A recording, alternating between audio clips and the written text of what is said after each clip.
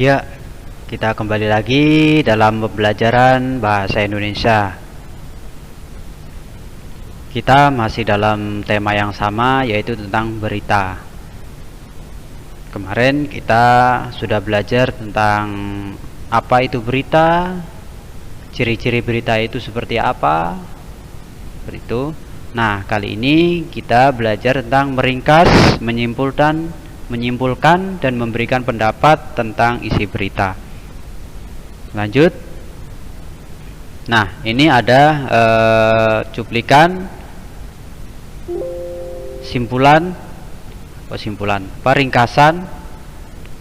ringkasan isi berita. Jadi yang kemarin kalian baca tentang kepadatan di pelabuhan Merak. Nah, ini dapat diringkas ini. Pelabuhan Merak dipadati oleh truk-truk pengangkut barang non sembako pada 10 hari menjelang Lebaran. Pada hari Sabtu tanggal 15 bulan 11 atau bulan November. Kondisi tersebut disebabkan adanya larangan melintas bagi truk non sembako pada tanggal 21 sampai 25 November. Lanjut ini.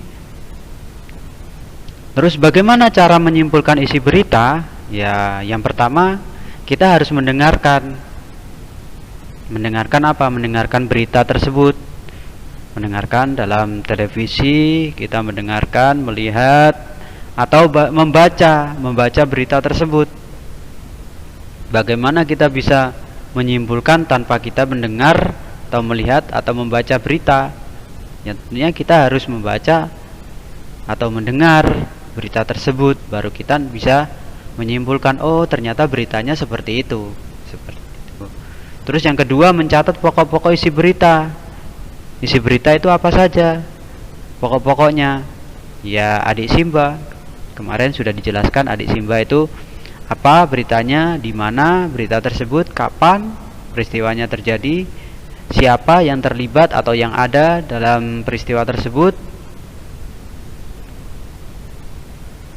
terus mengapa bisa terjadi, bagaimana proses terjadinya peristiwa tersebut. Itu. Yang ketiga, menyampaikan kembali secara lengkap dan ringkas. Disampaikan tapi secara ringkas, lengkap, ringkas. Ya, lengkapnya itu dari pokok-pokok tersebut. Itu kan sudah diringkas, diambil inti-intinya. Tinggal kita menyambung-nyambung bagaimana membuat sebuah paragraf dari kalimat-kalimat yang sudah ada dari pokok-pokok berita tersebut, seperti itu. Ini ada contoh berita yang kemarin kalian baca juga, 10 hari menjelang Lebaran. Hari Sabtu tanggal 15 bulan 11, pelabuhan penyeberangan Merak mulai dipadati truk. Truk-truk tersebut mengangkut barang non-sembilan, bahan pokok atau non-sembako.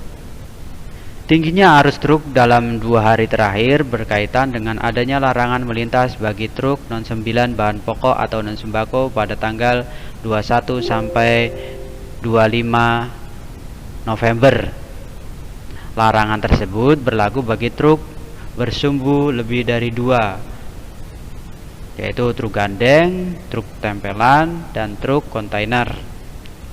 Penumpukan truk bersumbu 2 tersebut seperti di pelabuhan Merak menyebabkan antrean truk sekitar 100 meter dari pintu masuk kapal antrean. Antrean terjadi di dermaga 1 hingga dermaga 4, tetapi antrean tersebut masih dalam batas normal. Antrean belum membludak keluar area parkir pelabuhan. Akibat penumpukan truk tersebut, beberapa sopir truk mengaku harus mengantri sekitar 2 hingga 4 jam untuk bisa masuk kapal. Ini bersumber dari Kompas, tentunya dengan penyesuaian. Nah, ini catatan pokok-pokok isi berita kemarin yang sudah kita pelajari. Peristiwanya apa, siapa, yang mengalami peristiwa di mana, kapan, mengapa, dan bagaimana. Nih, unsur-unsur beritanya apa, padatnya Pelabuhan Merak, terus siapa, yaitu truk-truk mengangkut barang sembako. Yang ketiga di Pelabuhan Penyeberangan Merak. Yang keempat kapan, yaitu 10 hari menjelang Lebaran, yaitu hari Sabtu tanggal 15 bulan 11. Yang kelima, mengapa peristiwa itu terjadi? Ya karena adanya larangan melintas bagi truk non sembako pada tanggal 21 sampai 25 November. Terus bagaimana proses terjadinya peristiwa tersebut? Karena menyebabkan antrean truk di pintu masuk kapal. Nah, ini hasil ringkasannya tadi. Pelabuhan Merak dapat dipadati oleh truk pengangkut barang non sembako. Nah, dari sini kita ambil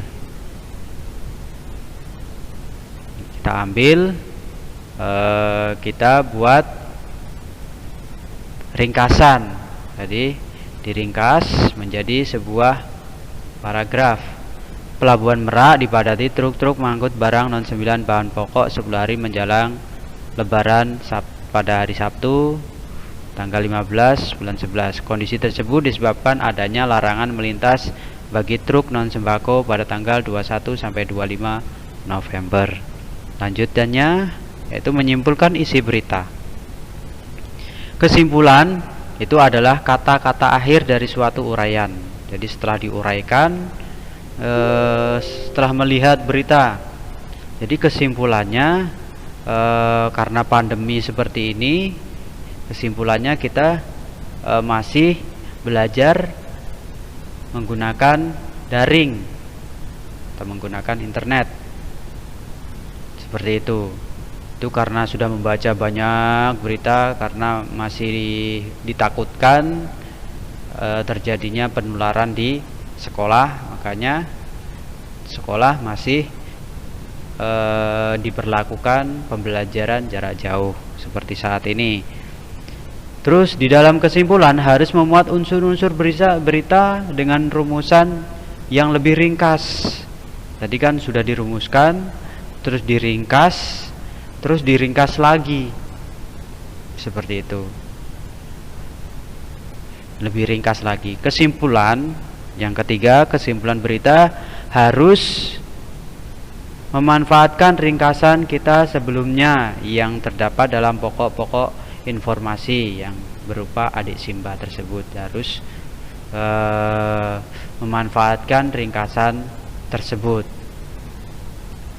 Nih contohnya, menyimpulkan isi berita. Ringkasan isi berita: Pelabuhan Merak dipadati truk-truk pengangkut barang non sembako pada 10 hari menjelang Lebaran pada hari Sabtu tanggal 15 bulan 11. Kondisi tersebut disebabkan adanya larangan melintas bagi truk non sembako pada tanggal 21 sampai 25 November. Kesimpulan isinya. Kesimpulannya ya apa? Berita tersebut menyampaikan informasi tentang padatnya Pelabuhan Merak oleh truk pengangkut barang non sembako pada 10 hari menjelang Lebaran. Jadi, lebih ringkas lagi seperti itu. Selanjutnya tanggapan isi berita. Menanggapi, tanggapan adalah sambutan terhadap hal, peristiwa, masalah, ucapan, pendapat atau gagasan yang berupa berupa kritik, komentar atau yang lain. Tanggapan dapat berupa pernyataan setuju atau tidak setuju, suka, tidak suka, atau tambahan pendapat lainnya. Tanggapan yang dikeluarkan harus bersifat objektif dan disertai dengan alasan yang logis, yang masuk akal. Objektif ya apa berita tersebut sesuai dengan beritanya, yang logis, yang masuk akal. Jangan sampai komentar tapi komentarnya tidak masuk akal. Terus ada beberapa hal yang harus diperhatikan ketika mengemukakan tanggapan tersebut, yaitu yang pertama, tanggapan berhubungan dengan masalah yang sedang dibicarakan. Tanggapan harus berhubungan dengan masalah yang dibicarakan. Jangan sampai tanggapan itu tidak ada hubungannya dengan hal yang kita bicarakan tentang berita tersebut. Kita menanggapi tentang berita bencana alam Gunung Merapi meletus, tapi membicarakannya dia menyampaikan pendapat tentang banjir, yaitu tidak berhubungan dengan masalah yang dibicarakan. Terus yang kedua, tanggapan dapat mempercepat pemahaman masalah. Ini juga bisa mempercepat pemahaman. Kalau orang belum paham terus diberikan pendapat, nah pendapat itu juga bisa mempercepat pemahaman seseorang atau masalah tersebut. Yang ketiga, tanggapan disampaikan dengan kata atau kalimat yang tepat. Jadi disampaikan dengan kalimat yang tepat ya, sesuai agar orang memahami pendapat kita seperti itu. Dan sopan ya. Tanggapan disampaikan dengan sikap terbuka dan sopan, itu enggak usah. Jadi kita menyampaikan ya terbuka apa adanya, terus sopan. Jangan kita menyampaikan pendapat langsung marah-marah seperti itu. Lanjut, contoh tanggapan. Ini saya kira informasi yang disampaikan berita itu cukup akurat karena isinya tidak jauh berbeda dengan informasi-informasi yang disampaikan sumber berita lain. Terus informasi yang disampaikan, ini contoh yang kedua, informasi yang disampaikan berita tadi malam masih diragukan kebenarannya.